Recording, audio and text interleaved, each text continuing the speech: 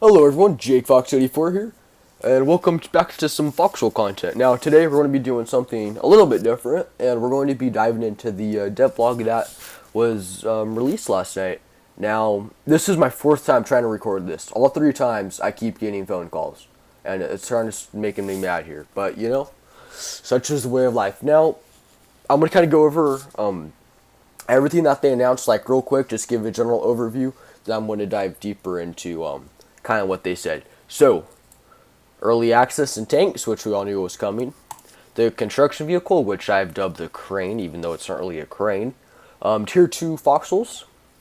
Campaigns, which are similar to World Conquest. And then gameplay design changes, including a revamp of the spawn system and a new structure. So, without further ado, let's kind of get into the first announcement here, which I know a lot of people, including myself, glossed over last night when this dropped, and that was a likely launch into early access this summer and some big features like tanks. So early access, that's kind of really huge, and I know a lot of people are really worried this is going to drive away a good chunk of the player base. Because this game was free and a lot of the players, are in their teens and don't have a job or, are strapped for cash. I know a lot of people are worried that we're going to lose a decent chunk of our player base. So I know personally in the DK, we have several guys who are like, hey, let me know if you need help, buying the game and whatnot, which I think is really cool. So we're expecting the game to be somewhere around $15 at a minimum and $30 at a high point. So kind of give or take there. So probably it's going to be anywhere between 20 to 25 realistically. I know I've been saving up for this game for a little while now. So hopefully it's not more than 30 because that's really all I got. So then we got tanks, which again is no shock. We knew tanks were coming, especially with the announcement of the Colonial Hatchet, which we're all real excited for. If you're a Colonial. Wardens, we're still waiting. It's okay, devs. We're strong like that. Alright, into the third, I guess-ish announcement. The construction vehicle, which was not a surprise to anyone who watched the dev stream. Now, I've dubbed it the crane, so when I'm talking about the construction vehicle and I say crane, I'm talking about the construction vehicle. So, now what is the crane? Well, it is basically a building tool. It's a hammer on steroids that is fueled by gas. Okay, so what's it going to be used for? And I'll go ahead and read what the dev said. The construction vehicle will be required to build large structures in the game like town halls, outposts, and road structures like weapons factories and hospitals. So what this means is you can no longer, we hypothesize, build town halls, outposts, or road structures with hammers. You will now have to use the crane in order to do so. No word if we'll be able to build garrison houses yet. We're not sure if those are classified as road structures or not. I know some people are saying yes, they are, and then I know others are saying no, they're not. So the jury's still out on that one. So how does this kind of work? Well, it's going to be built in the town hall, actually, making it the only thing produced in the town hall. And it's going to be available as a tier 1, since the town hall doesn't have any tiers.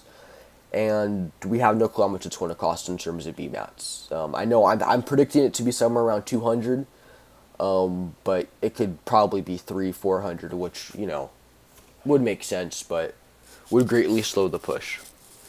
And we also don't know if it will be used to rebuild the refinery, because if you get your last town hall destroyed, you get your refinery destroyed. Right now, you can rebuild your refinery with scrap using a hammer.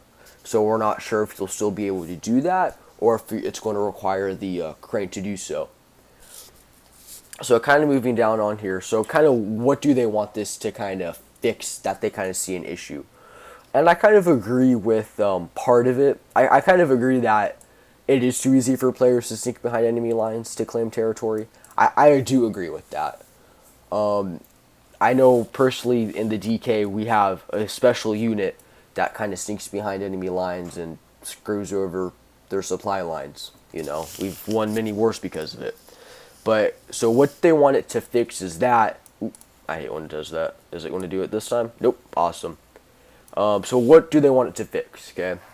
Basically, they want to make sure players properly secure their supply lines and an area before claiming the land. So this is making sure you got radio towers built, foxholes, bunkers, AT guns, pillboxes I should say, AT guns, the whole works. Now, kind of where I have an issue with this is Pug, okay? Pug specializes in this kind of stuff. So, no matter how well of a job you do securing an area, they find a way in. And I have to be, 50 meters away from this thing to hit it with our mortar shell? So, I kind of think it's still not going to fix properly securing it, but I definitely think it will encourage the securing of supply lines. I know I've already seen it now where people are escorting their supply convoys. I've seen a half truck be leading supply columns. I've seen people we'll have a supply truck in the middle, then we'll have a guy on the in the front, guy in the rear, and then I've seen some supply convoys where we have a lead truck which has some players in it, and then a rear truck would have players in it, and then the middle trucks would be supply. So we're kind of starting to already protect supply lines and stuff a little bit more, which I like to see. Now, what this kind of means for you as a player, especially if you're kind of one of the guys who likes to sneak behind enemy lines, well, it means you can still sneak behind enemy lines, but you won't be able to establish an outpost without being able to bring this with you. Now, what I'm not sure will happen is, as currently in the game, when a vehicle goes onto the dirt, it slows down considerably. Now, this has tracks, as you can clearly see in the model, so will that still mean it gets slowed down in the dirt, or will it be able to maintain the same speed? It definitely should not speed up, that is for sure and without a fact. So, in order to kind of claim, do stuff like the Juliet Uprising and whatnot, you're going to have to bring this with you, which is going to be a pain. It's, it kind of gives your position away a little bit easier and whatnot, but overall, it's kind of going to prevent Blitzkrieg 2 in the earlier parts of the game. It is going to pace the game far more than I believe it really should get paced, but that's just kind of my opinion on it. Now, I think I mentioned this earlier, it will be built in the Town Hall, which will be the first time a Town Hall is being used for production, to my knowledge. And we don't know the cost of BMATs, but for sure I think it's going to cost BMATs. Now, we don't know fully how it works, but it will require 2 players to operate, 1 driver and an operator.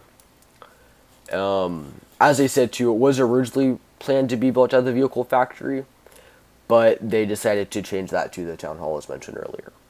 Now, I don't know how it's going to work in terms of building. Will somebody have to place down the blueprint and then it get built? And then 2, can you place down the English, I speak it. Can you place down the blueprint while you're still in the vehicle? And then how will kind of building it work? Will it work how a howitzer works, where you load it, where it has its own inventory and you load shells into that? Or actually, I don't even know how it works. Kind of like how a mortar works, where you kind of just keep on feeding it. So replace artillery shells with BMATs or whatever material you want to be building with. Now, let me touch on this real quick. I don't like the model. To me, it kind of feels clunky and awkward. But, you can't please everyone. Personally, I really do like the B2B model myself. But that makes more sense for like a harvester or excavator, which they did confirm in the dev stream. So I'm really looking forward to that. So now, the next kind of announcement we got is the gun nest, which is a tier 2 Foxhole. So, I'm kind of going to read here what they, what they said, a further goal with it. Ooh, if I can highlight the right, come on, there we go. One of our goals with the gun nest is to allow players to further fortify an area in the mid to late game without having to add clutter/foxhole spam to their already crowded bases. We also wanted to extend the structure upgrade system beyond walls. The gun nest will not only have a faster rate of fire than the Foxhole, but it will also lob frag grenades at enemies. So basically, it's going to work similar to the walls, where you build your wall, which is a chain link fence, and you can upgrade that to more of a metal wall, and then to a concrete with reinforced rebar wall, basically. So now you'll be able to build your tier 1 foxhole, and then build your gun nest foxhole off of that. So I kind of want to highlight this last sentence here. The gun nest will not only have a faster rate of fire than the foxhole, so we're kind of hypothesizing that it will be similar to the rate of fire of a carbine, but definitely slower than an SMG for sure.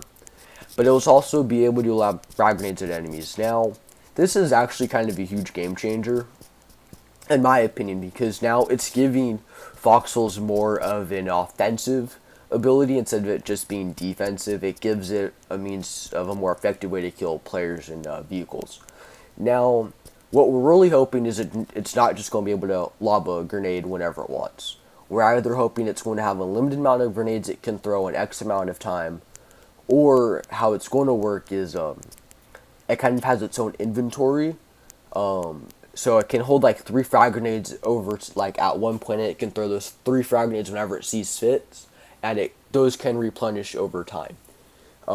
We don't know, but I know definitely we're hoping that it just can't constantly be throwing frag grenades, because that would be a little bit overpowered. Obviously, though, this will be probably a little bit more immune to suppression. Might cost R mats, refined materials, I doubt it though, so it'd probably be B mats, and I'd probably expect this upgrade to cost anywhere between 25 to 75. I'd probably say 75 is very reasonable on that one. And then obviously it's probably going to be a little bit better immune to the suppression mechanic. Now on to campaigns, which is the furthest I've got it in these 4 recordings, so we're doing good here, guys. So now campaigns, I'm just going to kind of skip this first part here. Now for those of you who kind of don't know, I'll explain it actually after. Now campaigns is not technically a new game mode, but rather a system for scheduling wars that will hopefully bring more meaningful wars to players. Wardens and Colonials will fight through a series of wars over different regions, with the winner of the campaign determined by the total number of regions conquered. The campaign screen will use a world map view that's very similar to the Conquest interface. At the end of each campaign, a war report will be generated with stats for players to examine. Hold on one second, I'm just going to have a drink of water here. Sorry, guys. So, for those of you who don't know what the Conquest interface was, or what World Conquest was it was a prototype of this. They did 5 or 4 World Conquest wars. I'm just saying Wardens won the first war. The first one. Just saying there. I think Colonials ended up winning the last one, though, so it kind of balanced out there. So basically how it worked was we just had 4 regions at the time, and each side will opposite of the other. So for instance, Wardens could start in Endless Shore, and then actually we didn't have weather spans at the time. So Wardens would start in like Endless Shore, and Colonials would start in Upper Heartlands, and whoever captured 3 regions first would win.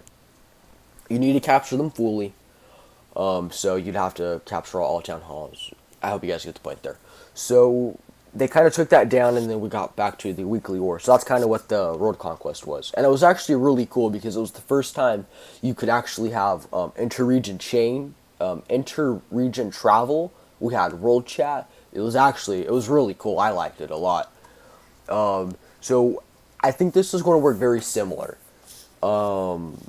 I'm not sure though if it will kind of be all of these regions at once, or if it's going to be like a kind of a progression system. So say for example, we fight over Upper Heartlands, and then okay, Wardens won Upper Heartlands, moving on to Deadlands. Okay, Colonials won Deadlands, moving on to Endless Shore. Okay, or if it's going to be like how the World Conquest works, and Wardens start in Weathered Expanse, Colonials start in Deadlands. Whoever captures all town halls, whoever captures all 4 regions is going to win. Now, what I'm really actually looking forward to is stats for players to examine. So what I'm actually really hoping is to see who kind of like scrapped the most. and who got the most kills. That's kind of what I'm looking forward to the most. Maybe who drove the most, who had the most shots. So, I'm not maybe looking for a KD. I really just kind of want to see who scrapped the most, who drove the most. Who is your best Logi players. And that's not because I'm not Logi at all. I like heavy machine guns. So now, kind of what they want is they want wars to feel more important to the player, outside of the let me scroll up here. Outside of the community wars, because right now in the game, we only care about community wars. As a clan, that's the war that you get bragging rights for that whole week. So I think they want this for the more casual player to have a little bit more of an attachment to the game, which I totally respect, and I think it's actually going to be really cool when they do it. I'm just going to kind of skim through here real quick. So with campaigns, we hope to give more players the opportunity to get invested into battles that feel significant, instead of just endlessly repeating wars. Events will also be merged into campaigns, so a larger part of the community will be able to participate in some narrative instead of having a somewhat unhealthy, I can't say that, dichotoma? I have no clue, between event and normal players. I want to stress that campaigns is not meant to as a replacement of World Conquest, and it's a goal. And its goal is also not to artificially extend the length of wars. Its purpose is to organize wars in a way that feel more meaningful for a large number of players. So that's kind of what they're thinking. So now gameplay design changes. Two huge ones. Well, really, there's one design change, if you will, and there's one new structure that they announced. So the first one is spawn at hometown. Now, it took me like 3 or 4 reads to actually fully understand it. At first, I thought it meant you could no longer choose which town hall you could spawn out, which had me really pissed actually. But actually, once I read it, I was like, okay, I like that way more. So I'm going to go ahead and read what it is. Okay. If I don't highlight the right... Alright, there you go. This is a controversial one, but we feel that it needs to be tested given the problems we have with the current spawn system. I want to go through all the issues, but currently spawning doesn't really make much natural sense. Natural sense is frustrating for both sides. Little typo there, Mark. It is frustrating for both sides during final stand situations, and the unpredictability in general makes it harder for players to organize themselves. We intend to replace Spawn in the Wild with Spawn at Hometown, where the hometown is initially the player's starter town. If the player's hometown is overtaken, then another town, likely the furthest one away from the enemy hometown, will automatically be designed the new hometown. We will be adjusting respawn times to ensure that a force attacking a final town has a fair chance. So, now I disagree. I don't like the last change. That last sentence there, I don't like that part. But overall, I think it's actually going to be really healthy for the game. Because I know I personally hate it where when you spawn in the wild, you can spawn, I don't know the exact distance, but you spawn around any of the hometowns you have captured. Okay, if you fail to set your spawn, which can be really annoying. And I hate it. So I do like this, so where you kind of have a general idea of where you're going to spawn within that, within the frame of the map. So you kind of know, okay, hey guys, I'm going to be spawning at, such and such on such and such map. It just makes it easier for, troop transportation and whatnot. Now, what I don't like is we will be adjusting respawn times to ensure that a force attacking a final town hall has a fair chance. Now, will this mean that the spawn time will be changed overall, or when the game recognizes that there's only one town hall left and the enemy has captured all of the others, that for the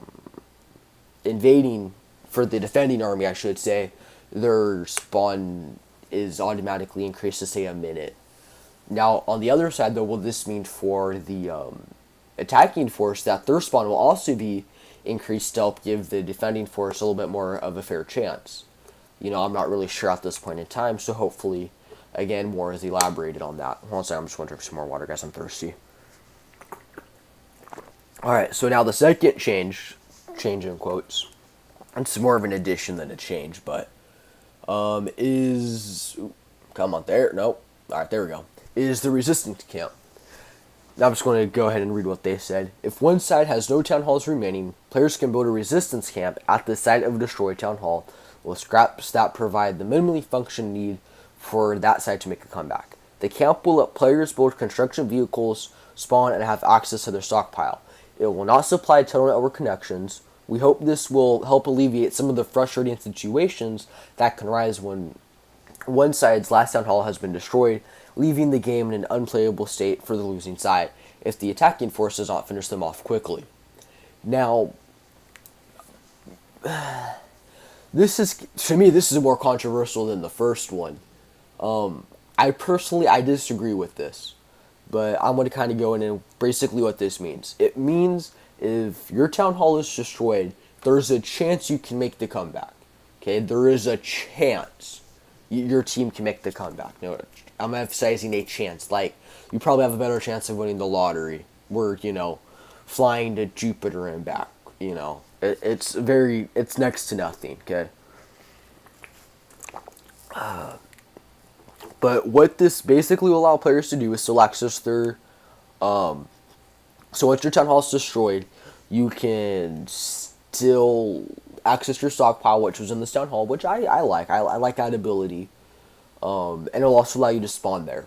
Now, what's unclear is, and I assume it is if this will be able to be upgraded into a town hall. Okay, I'm not sure if that's going to be the case or not. I think it would make sense, though, for that to be the case. And the other thing, too, is how much is it going to cost? That's kind of the question for everything. Is it going to cost, one pile of scraps? Is it going to cost 100 scrap, 200 scrap? How much is it going to cost? I'd like to know that. And then, why I don't like it, though. I don't like it for really one reason. If you're at the point where your town hall has been destroyed and it's your last town hall, you're prolonging the inevitable. Now, granted, I do believe you should fight to the death in situations like this. But you're really prolonging the inevitable. If, the way I view it is if they're close enough to take out your town hall, be it an artillery gun, or an artillery battery, town hall, not town hall, a half track, sorry, I'm getting them mixed, or just outright be able to just destroy it, then I really don't think it's fair to the attacking side that you can still have that sliver of hope.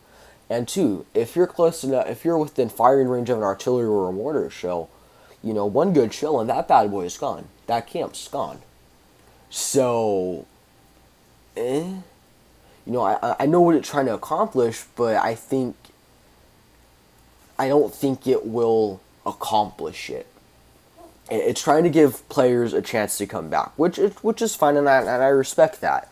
But to me, if you're at that point, your enemy deserved that one. They earned that one.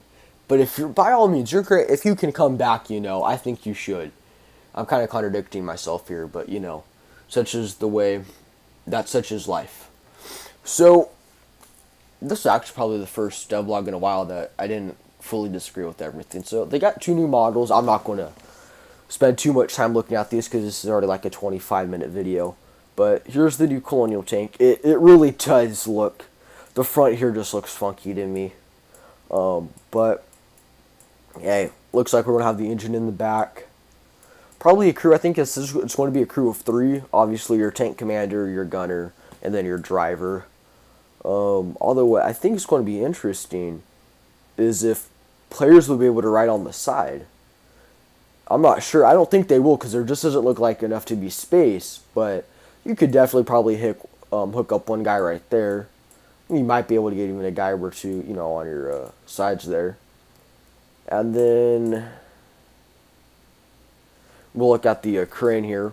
To me, it just looks very big and awkward. Looks like we got some sort of like welding tool or something on the end here, so it's not really a crane. But to me, it just looks very boxy and awkward. We got 2 doors on the side. So my guess would probably be the driver would be like right here, and then the operator would be right here. I don't know. And then I'm probably assuming the engine is either right here. This must be like a storage container. Although the engine might be right here, and that might be ventilation for it. But my best bet is engines right here, and this would probably just be some ventilation or something, some storage maybe. Um, my hope is it's not a huge gas guzzler, and it's hardy enough to be able to take a shot or two from a mortar shell. Definitely should not be able to survive an artillery shell, especially direct hit. And probably 3 or 4 HE grenades should be able to take this bad boy out. Other than that, guys, here we'll honestly hear if the community reads. Thumbs up, lovey emoji thingy, love the campaign idea. Got a whole lot of stuff. So, this is Jake Fox 84 signing off for now. Thank you guys and have a great day.